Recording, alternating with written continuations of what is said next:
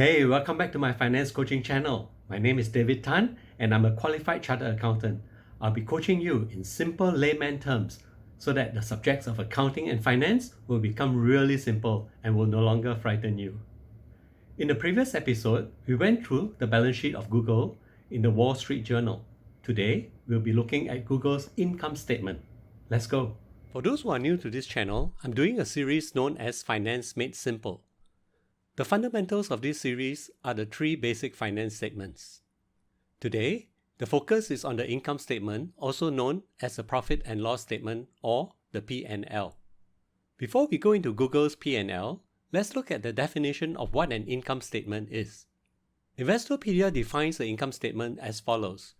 Also known as the profit and loss statement, or the statement of revenue and expense, the income statement primarily focuses on the company's revenues and expenses during a particular period.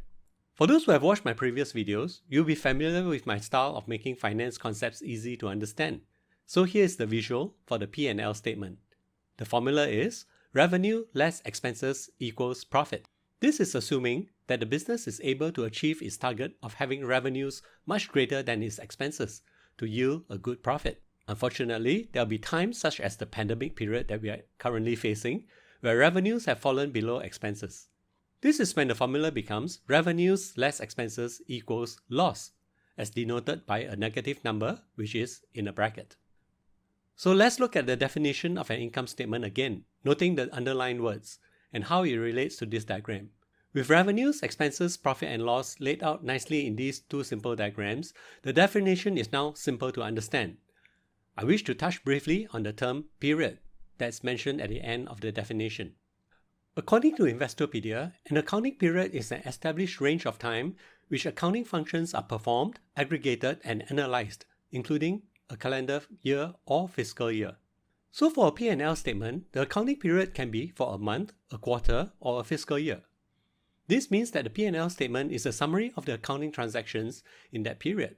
The letters in red is how a P&L statement is expressed. For example, for a quarterly P&L, it will be profit and loss for the quarter ending 30th June 2020, which will be the period that we are going to analyze now. So here's the latest quarterly P&L statement for Google. Note that we can choose a quarterly or annual period by clicking the option at the top right corner. There's a lot of information here for those who are not familiar with the items on this P&L. So always remember to go back to this simplified diagram to look out for revenues, expenses, and in this case, profit. I've plotted Google's balance sheet numbers into an Excel sheet and simplified it into revenue, expenses, and profit, with all the numbers tallying with what is on the WSJ website. Note that the letters in red is what I've added in to help you understand the P&L a little better. The cost of goods sold, including D&A, which stands for depreciation and amortization, are the costs that are traced directly back to sales. Taking the sales less cost of sales will give us the gross income or gross profit, also known as GP.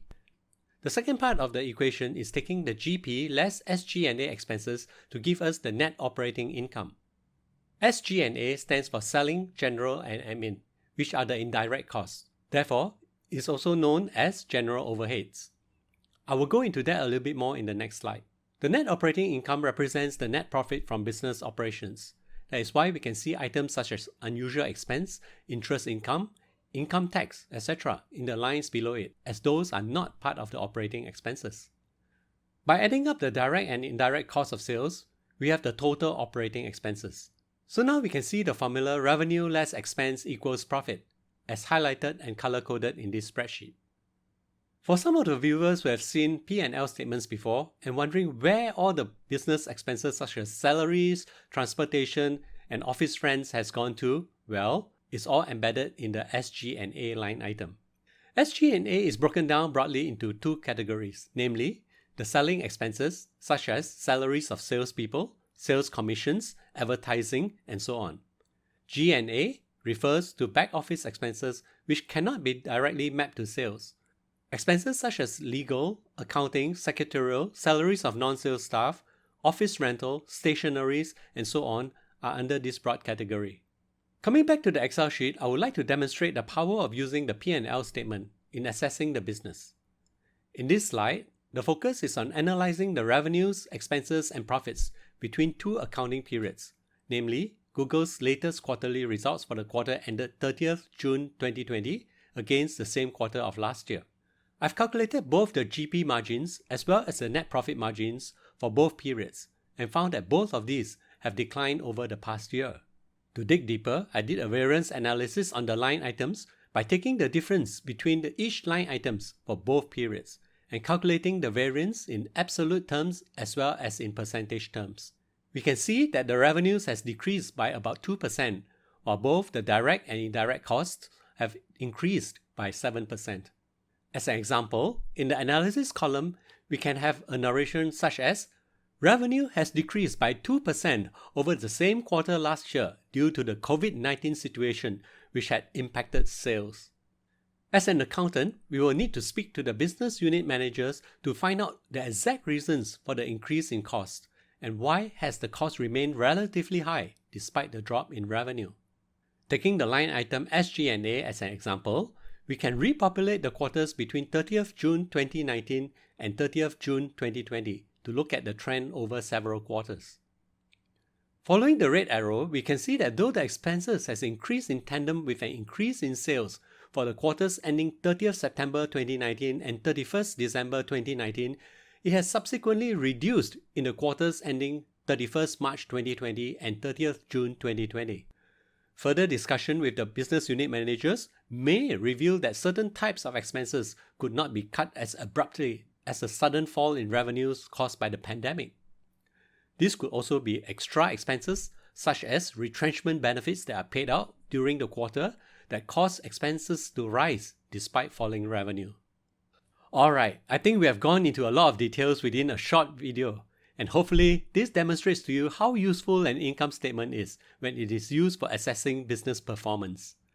The insights that we derive from it, in discussion with the business unit managers, are then presented to senior management for further action.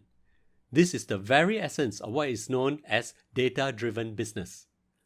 I hope you find all this useful, and if so, please share it with your friends and colleagues. In the next episode, we'll be looking at the cash flow statement. As usual, if you have not subscribed to this channel, now will be a good time to do so.